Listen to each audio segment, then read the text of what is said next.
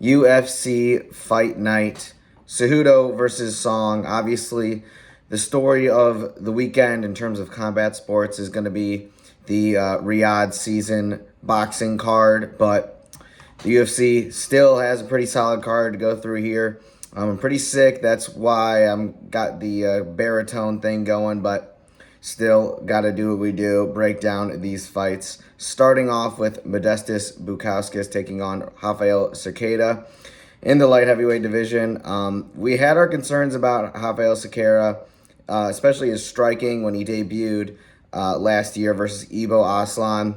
And those concerns ended up being pretty much merited because we saw him really struggle with the striking of Ibo Aslan. The hands, just the difference in the power in the hands was too much. I think it's going to be a similar story here. You know, my approach by this point has pretty much been that boxing is kind of reigns supreme, especially in the light heavyweight division. I think it's the most important skill to have. And Bukauskas is just a better boxer. So we're taking Bukauskas to win this one. I think he finds a KO. Next up is a welterweight fight between Nursulton, Ruziboev, and McConico. McConico is making his UFC debut. He only has like 12 pro fights, and he's already 34 years old. But he fought in the amateur circuit for a number of years, so he's definitely been training for quite some time now. Ruziboev is a really tough opponent. He made the drop down to welterweight. Obviously, he had the big fight versus Joaquin Buckley that he ended up losing, but he's had his ups and downs in the UFC. Definitely a tough matchup, though, due to his height and just all-around skill set, good grappling. I think he could give McConico some issues with the wrestling, but on the other hand, McConico could make it interesting with his power and his striking. I was pretty impressed with his striking. He lands a lot of kicks. That being said, I think Ruziboev is going to win its decision here, be able to lean on his wrestling and experience in this one. Next up is Nikolay Veretennikov taking on Austin Vanderford. Kind of a weird matchup here. Two pretty veteran fighters. Vanderford's making his UFC debut. He fought for the belt in Bellator a couple years back, so he had, I guess, the higher peak between these two in terms of their career success. Veretennikov is fighting in his second UFC fight. He did have a tough debut matchup versus Danny Barlow, a fight that he was really close to winning. Probably would have been crazy to have him winning that fight. When Vanderford did fight for the belt, he got KO'd in round one. I think it's just tough to really sum up how good he is. I think Veretennikov is just a bit better, more well-rounded. Vanderford could score like an early KO here, or he could get just outpaced and lose on the cards. I think that's the more likely outcome here. We're taking Veretennikov by decision. Next up is Ricky Simón taking on Javid Basharat in the bantamweight division. Simón is on a 3-fight skid here. I mean, I think he's probably one of the better fighters to ever lose 3 in a row. He's got just a really well-rounded skill set, really good grappling, strong as an ox. The striking isn't quite as good, but he still is pretty good on the feet. And, I mean, that's just what happens when you fight tough guys. He fought Vinicius Oliveira, a really tough up-and-comer. Mario Batista, Song Yadong, these are ranked level guys. And, you know, just found himself on a 3-fight losing streak. Basharat is coming off of a loss as well, actually, as a big, like, 9-1 favorite versus Ayman Zahabi. I feel like Javid is a really tough matchup for Ricky Simón here, though. Good defensive grappling. Like, he's a tough guy to take down. And Ricky Simón, I think if he wants to win this fight, is going to need to chain together a few takedowns.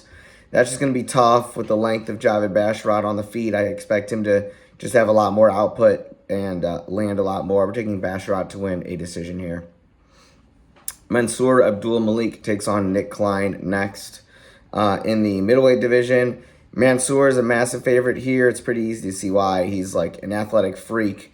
He's got kind of like the super long arms, really tough build to try and fight against because his reach is just crazy. And on top of it, he's just super strong and athletic. Had like a round 1 KO win over Dusko Todorovic. I like his finishing instincts. If he has a guy hurt, he just goes for it. And he's the type of guy that when he sells out for a finish, I think more often than not, he's going to get it just because he's so powerful. You can block his shots.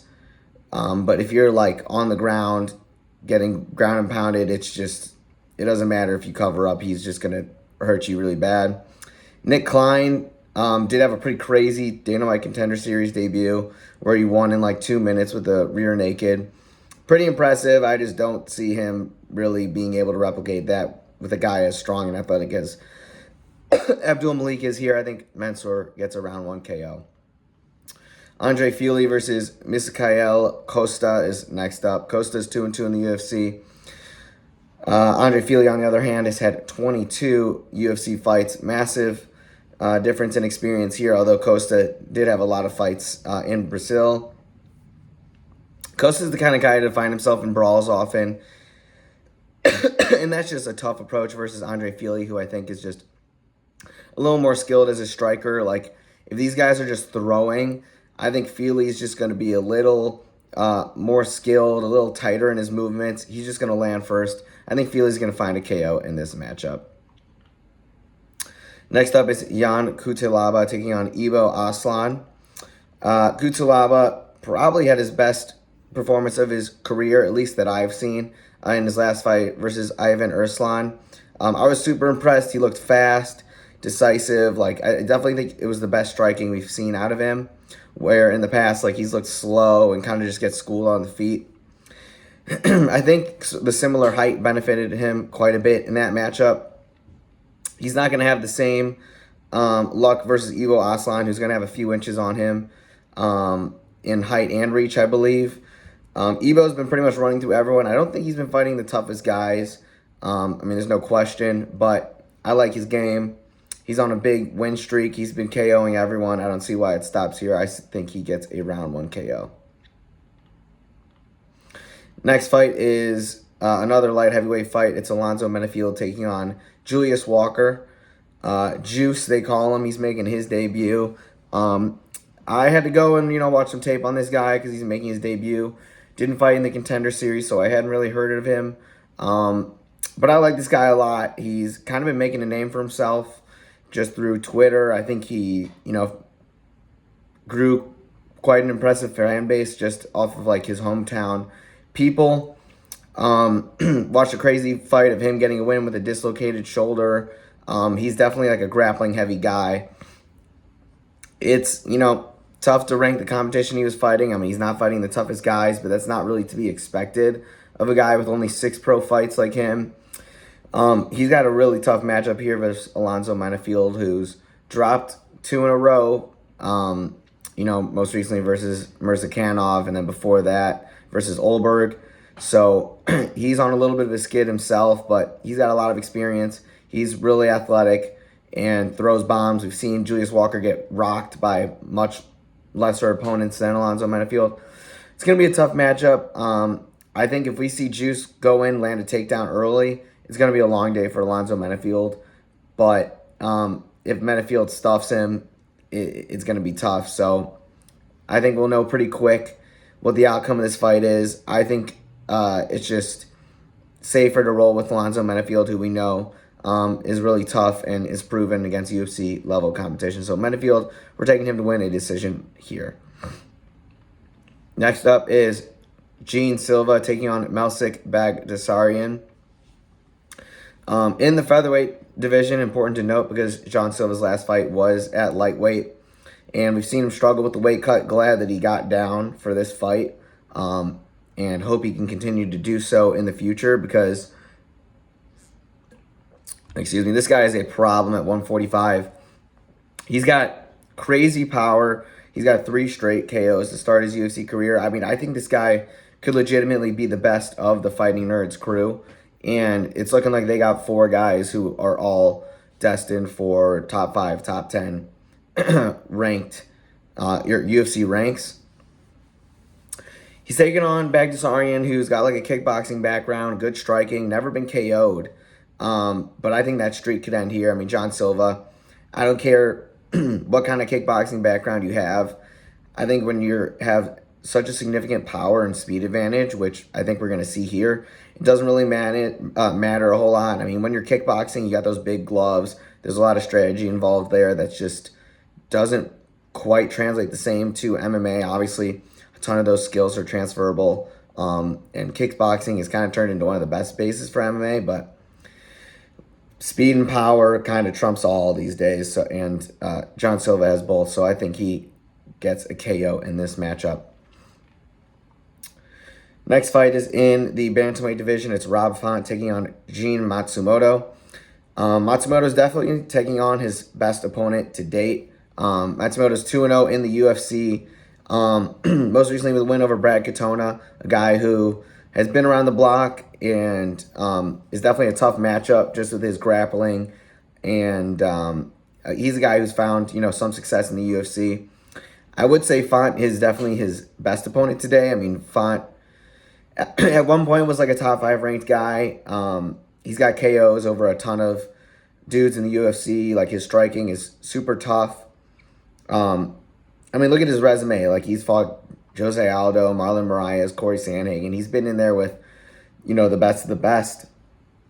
But even though Font is probably his best opponent to date, I do think Font's a bit of a better matchup than Katona was, just with Katona's grappling that really gave Matsumoto a lot of issues. Rob Font's kryptonite has been the wrestling to this point. We saw it in that Sandhagen fight where he pretty much got taken down for 5 straight rounds and there was just not much he could do. I'm not saying Matsumoto's got the same level of wrestling to Corey Sandhagen, but I do think with his size, he's like a big, strong guy. We could see him give Font a lot of issues in the grappling, so we're taking Matsumoto to win by decision. Our co-main event is a middleweight matchup between Brendan Allen and Anthony Fluffy Hernandez. Fluffy has been the dark horse of the division for a while now. I mean, he's got 4 finishes in his last 5 fights, and he's a guy who we've been talking about for a couple of years now. Is like, okay, like, watch out for this dude. He's really having his way with people. After, winning only one of his first 3 UFC fights, he really hasn't looked back since. Obviously, it's his cardio, it's his grappling that really separate him from the pack. You have other guys with really solid grappling in the division, but I don't know if anyone can grapple at as high of a level for as long as Fluffy can. Like, we've seen him do it for 15 straight minutes, just eating people alive, like dragging them into deep waters and just drowning them. And that's really been the recipe for success, but he still has a lot of skills on the feet as well. He's taking on Brendan Allen, who has experienced a great deal of success in the UFC as well. He was on a 7-fight win streak heading into his most recent fight in a main event versus Nasruddin Imavov, a fight that he lost, but Imavov, is looking like he could be up for a title shot pretty soon with how he's been fighting. So he's lost to the really tough guys. I mean, before that, he had a tough fight versus Chris Curtis as well. But he just had enough juice to pull it out in the end. He's got the experience edge over Fluffy, and good grappling as well. Like, he can fight really well off his back and, get crazy with the submissions. But I don't know if he can keep up with the pace of Fluffy, and you just don't want to be on your back versus a guy with Fluffy's level of grappling. So we're taking Fluffy. I feel like I've said the word Fluffy like 1,000 times. But we're taking him to win a decision here over Brendan Allen. Finally, we have our main event. It's Henry Cejudo taking on Song Yadong. Pretty interesting bantamweight matchup here. Both of these guys have kind of been in limbo. I mean, I think Cejudo more so than Song Yadong, because after Cejudo got absolutely ragdolled by Merab, dominated in the wrestling, obviously the sport that he won a gold medal in, it's just a bad look for Cejudo. He's 38 years old. So, you kind of question really what's he fighting for at this point. It doesn't feel like he's very close to a shot at the belt, like, unless he really strings together 2-3 super impressive wins here. So I kind of question what he's really fighting for. Is he just kind of clinging on to relevancy? Like, And if he's still fighting now, like, why do you retire back in the day, when he was 3-4 years younger? So I question Cejudo, his motivations. I question his skill level a bit at this point. I mean, we know he can strike, and we know he can wrestle. And even at his old age, like, I still think he's a tough matchup for a lot of guys. And he's going to give Song Yadong some looks here that are going to be tough to deal with. But I think the size and athleticism difference here is going to be a big issue. We saw Cejudo kind of get sunned by Marab. Like, the strength difference was pretty noticeable. Yadong is another guy, really strong, pretty big for the division. He's got, like, massive legs. Like, you're not going to get a double leg on this guy. It's just not going to happen. So it's a tough matchup. I think the speed advantage is going to be pretty apparent on the feet. I mean, Cejudo, I think, honestly, is underrated striking. People look at the wrestling pedigree and just, like, assume he's a one-dimensional grappler. Like, we know that he's not that. But it's also been a while since he's sparked someone on the feet. Like, it's been years and years. So I just don't really see it from Cejudo here. I think Yadong is the younger guy, and youth will prevail here. Yadong by KO is going to be the pick. But with that, that is the breakdown. We got some big cards coming up in the coming weeks. So be on the lookout for those. We're going to keep doing breakdowns. We'll catch you on the next one.